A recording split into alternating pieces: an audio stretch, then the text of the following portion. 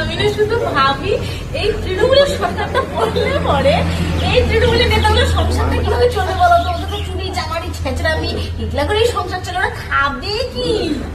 কি আর করবে, উল্টাই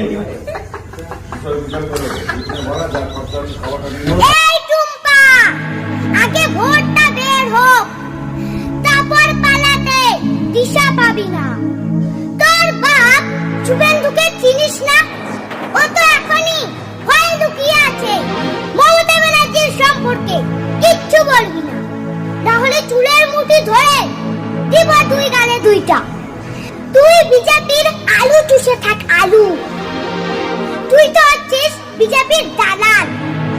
আর কয়েকটা দিন দেরি কর, ভোটটাকে বের হয়ে যা, তারপর লুকোনোর জায়গা পাবি না।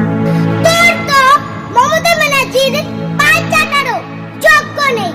তুই তো একটা বাজে মেয়ে, তুই একটা নষ্ট মেয়ে। তোর ভিডিও দেখেই আমি বুঝতে পেরেছি তুই একটা হারামির বাচ্চা। তোর চৈত্য গোষ্ঠীর খবর নিয়ে দেখ, ওরা মমতা ব্যানার্জির লক্ষ্মীর ভান্ডার খাচ্ছে।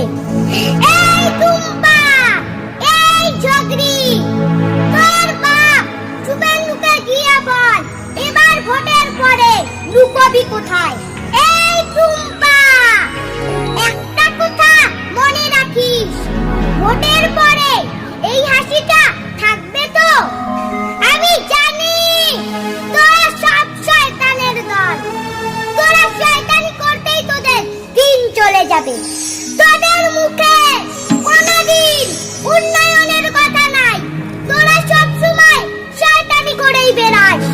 তোরা ভাবিস তোরা এবার ভোট পাবি, তোরা এবার গুহারা হারবি। মমতা ব্যানার্জি এতগুলো প্রকল্প দিচ্ছে, তোরা তো কোনো প্রকল্প জানিস না, তোরা শুধু শয়তানি জানিস। এই টুম্পা, বেশি পাগলামি করিস না, বেশি নাটক করিস না, এই মাথাটাকে না গরম করিস না, নাহলে থোবড়াটা না ছিঁড়ে ফেলবো। এই টুম্পা, মমতা ব্যানার্জি তো অনেক কিছু দিছে, তোর বাপ শুভেন্দু কি দিয়েছে? হ্যাঁ, এই টুম্পা, একটা কথা মনে রাখিস, বেশি নেকামি করবি না, নাহলে কিন্তু তোর খবর আছে।